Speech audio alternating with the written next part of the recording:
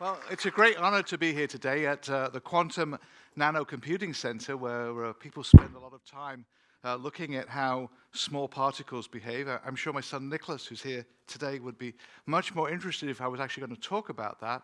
But as an entrepreneurship professor, I'm really not as well equipped to talk about that as how people behave, and particularly how you use the behaviors of people in their current relationships and their current interactions to inform your decision whether you may or may not want to enter a relationship with them. And that's important whether you're looking at it for your personal life or your business life, and particularly if you're an entrepreneur trying to raise money, it's very important. Now, I have to give you a word of warning. People that know the University of Waterloo will understand that I did my Ph.D. in management sciences, which is engineering department. And all of the time that I was in that department, I really struggled, because much of my research is based on things that I learned in the psychology department and behavioral economics department. And even doing my PhD, there is not a single equation in the whole of my PhD, which is quite challenging for management scientists. So just like I did when I did my PhD, I offer for your entertainment some equations on my tie to make up for those people that might be disappointed not to see them on my PowerPoint. It's kind of interesting that people, when they're looking at advising entrepreneurs and looking at startups and looking at even organizations, they spend a lot of time talking about the business plan and the disruptive technology, and less time talking about the entrepreneur and the relationship. Yet, if you ask an investor, what's the most important thing that they look for when they're making an investment decision, it's integrity or trustworthiness. Integrity and trustworthiness are the most important factors, yet we don't know very much about what they are. If you ask an investor, what does that mean? They say it's kind of gut feel, or I'll know it when I see it. I think that phrase was also used to describe pornography.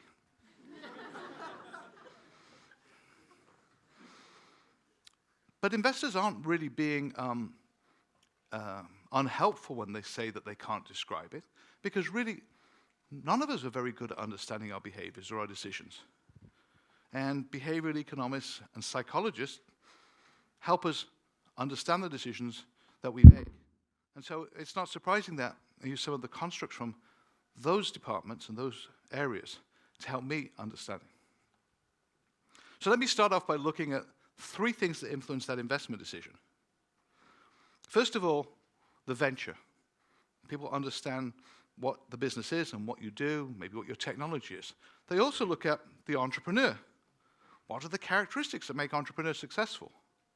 If you're looking for investment, you also need to look at the investor. And so each of these 3 things are kind of different ways of looking at that investment decision. But what I do in my research is I look at the relationship between these 3 things. So first of all, I look at the relationship between the investor and the venture. Does the investor like the business? If they don't like the business, they're really not going to get into it. Secondly, I look at, can the entrepreneur manage the venture and deal with all of the risks and challenges of running that business?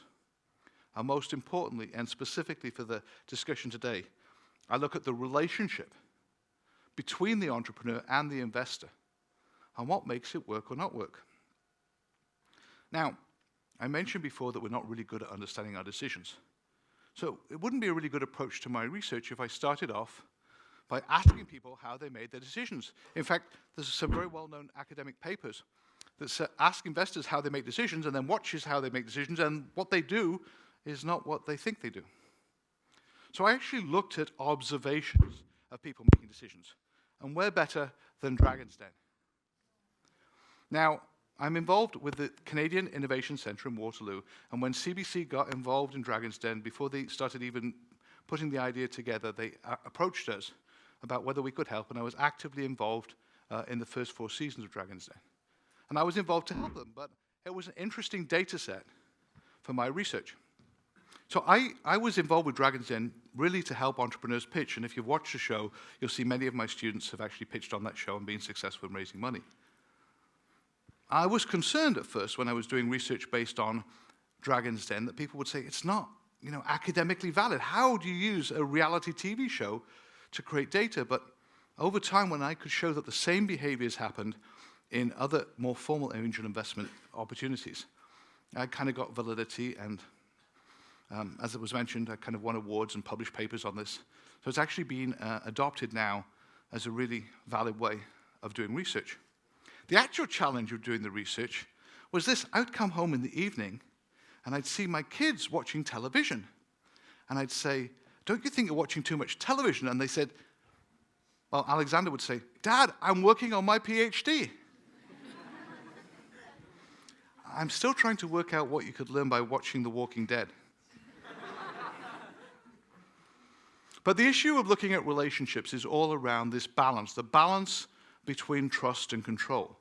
And that's really important because traditionally in relationships, we've looked at, like an investor and an entrepreneur, you have a contract. But contracts are slow and they're formal, and essentially they're incomplete. You can't manage a relationship based on contracts because you cannot foresee all the aspects of the future. There's many things that can happen. Economists will talk to you about incomplete contracts. And the way that you deal with incomplete contracts is by building relationships based on trust. Trust allows you to overcome adversity, to react fast. It reduces the transaction costs. It allows you to make quick decisions. Important when you're trying to build a relationship between an entrepreneur and investor. Important when you're working in a large organization and trying to become more innovative. And very important when you're trying to build those close personal relationships. Incidentally, a lot of the work that I did, when I started, it was kind of funny. I started looking at all the papers on trust in close personal relationships, and I found all these wonderful papers written, and it wasn't until I read them the second time that I realized that the authors of all those early papers were actually at the University of Waterloo. I didn't even know we had a psychology department. So getting the balance between control and trust is right. Getting it right is critical to building those relationships that can be crucial to their success and can also lead to their failure. During today's session, I'm going to give you some brief guidelines on how you can understand trust behaviors and use them to audit behaviors of other people to help you make better decisions about who you want to work with. And by understanding that, you'll understand how they're auditing your behaviors. And there will be a test. I am a professor. There has to be a test. There's a test. So let me talk about the 4 aspects of trust behaviors. The first behavior is trusting, the willingness to rely on somebody else. The next is trustworthy. That's, are you worthy of that trust? Do you behave in a way that meets that person's expectations? Capability is do you have the right skills to do that? You might be capable in one regard, but not in another. And finally, communications. I'm going to talk a little bit about each of them because these are very broad tools. Hopefully, I can give you some more details. Trusting behavior is disclosing confidential information, relying on other people, and being coachable. Those are all things that you show you're vulnerable to the actions of other people. Remember, relationships are essentially two-way, they're dyadic relationships, and you therefore need to rely on someone else to achieve your outcomes. Trustworthy behaviors are those that confirm trust, that show trusting was a good decision. They're things like integrity, alignment of values, and benevolence, willing to help other people without a direct expectation of return. Demonstrations of capability are competence, their critical thinking skills and knowledge, good judgment. And finally, communications are timely, they're honest and truthful, and they're two-way. If you look at the behaviors of other people, you can classify them all by looking at these trusting behaviors. Before I talk to you about how the absence of these behaviors, or even not doing these behaviors, can damage trust or cause mistrust or distrust, I do want to talk very briefly about the context of trust, because if trust is so important, it's very important that we understand how we might build trust. Different people have different predispositions to trust. It's based on their past experiences and their personal traits, even societal norms, which makes it very important that if you're working with people that has different norms or different levels of trust, that you try to understand them, perhaps by introducing a trust agent or having someone help you explain the challenges you have. Your decision to trust is also very much affected by your previous experience. If you had a bad experience in an investment in a previous industry, or in a particular thing happened, a negative thing happened to you this morning, your willingness to trust will change. So it's context specific. So for example, if I was to stand up here and there was a bucket at the end and said, I have a new business for you guys, and as you leave, I'd like you to put $1,000 in to invest in my business, then that would probably damage your trust in me. But if next week at the Canadian Innovation Exchange, I was pitching you a business and gave you exactly the same speech, then that might increase your trust. So it is context dependent. You need to understand it's people dependent, context dependent, and outcome dependent. So let me talk about how you damage trust. So displaying trust behaviors builds trust and develops trust and allows you to enter these risky relationships. But how do you damage trust? Well, the ways you damage trust are you can fail to act in a trusting manner. For example, I often work with entrepreneurs who say, I need your help, Professor Maxwell, but sign this non-disclosure agreement before you help me. Or entrepreneurs who go to investors with the same thing. The issue is that that says to them, I don't trust you. You're trying to build a trusted relationship with them, and the first signal that you give them is, I don't trust you. It's not really a good start to a relationship. This trust and trustworthiness is yin and yang, and they build over time together. You give that signal, you won't get far. That causes mistrust. But what could you do that would violate trust and cause distrust? That's when there's a deliberate intention to deceive. If you remember my trust behaviors before, for example, communication. If you failed to communicate something, then that might damage trust. But if you deliberately misled someone or deliberately withheld some important information, that would violate trust. And the fundamental difference between the two is you can repair damaged trust, but you can't repair violated trust.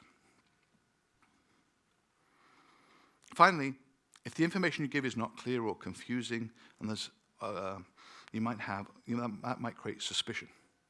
So the way you behave in these situations has different impacts on trust, and most importantly, different impacts on repair. Now, if you remember, I said to you I was going to give you a test. This is the video quiz part of the presentation. I'm going to give you an excerpt from Dragon's Den, which was from season 1 of Dragon's Den, in which Michelle Messina pitches an idea. And at the end, I'm going to ask you a question, a very simple one. Did she damage trust and cause mistrust, or did she violate trust and cause distrust? Because I just said the first one could be repaired, the second one couldn't.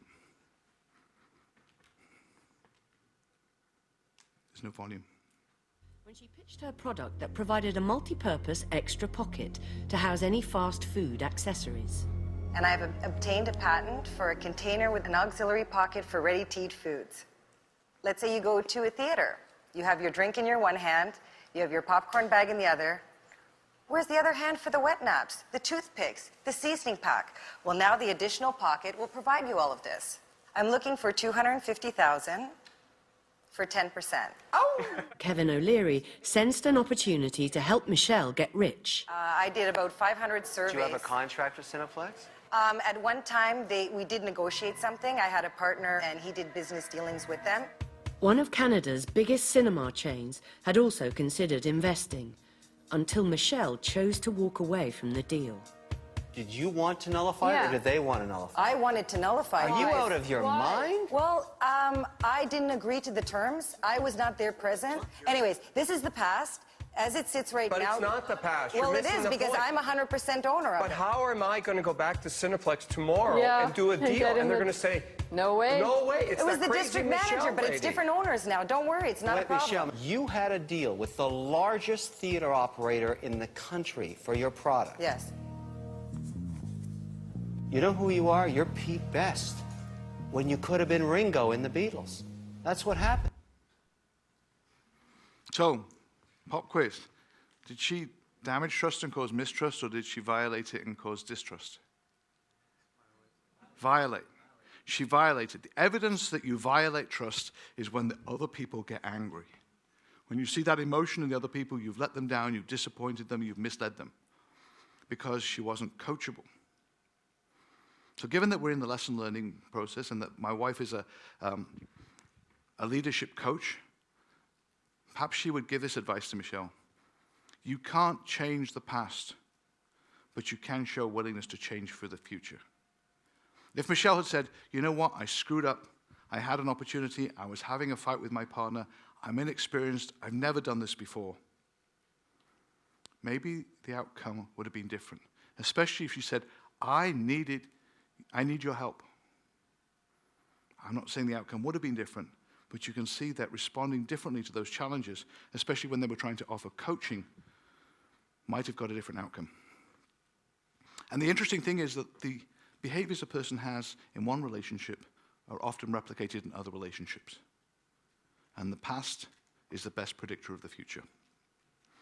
So let me give you top 10 trust lessons, David Letterman's top 10 trust lessons. The first one is, trust is essential to overcome relationship risk. It develops through the display of trusting behaviors. And remember, that first display is critical. If you want to build these relationships, you have to trust other people first. Trusting other people allows them to show you that they're trustworthy. And it depends on the context, the predispositions of the individuals. It's modified by previous behaviors and actual behaviors of both parties in that relationship. You can damage trust or you can violate it. Most importantly, damaged trust can be repaired, while violated trust rarely can. There are people around who can act as trust agents to help you overcome damaged trust or to allow you to repair trust or build trust. And trust does increase over time, allowing you to change and develop relationships over time. You can't fake trust, but learning how to build it and to assess it is critical for relationships.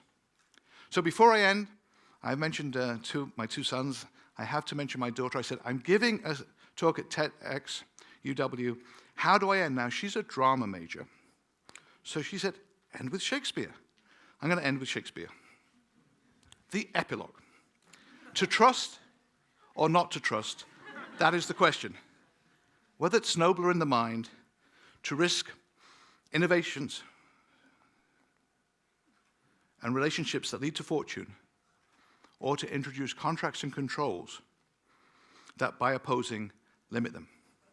Aye, there's the rub. Thank you.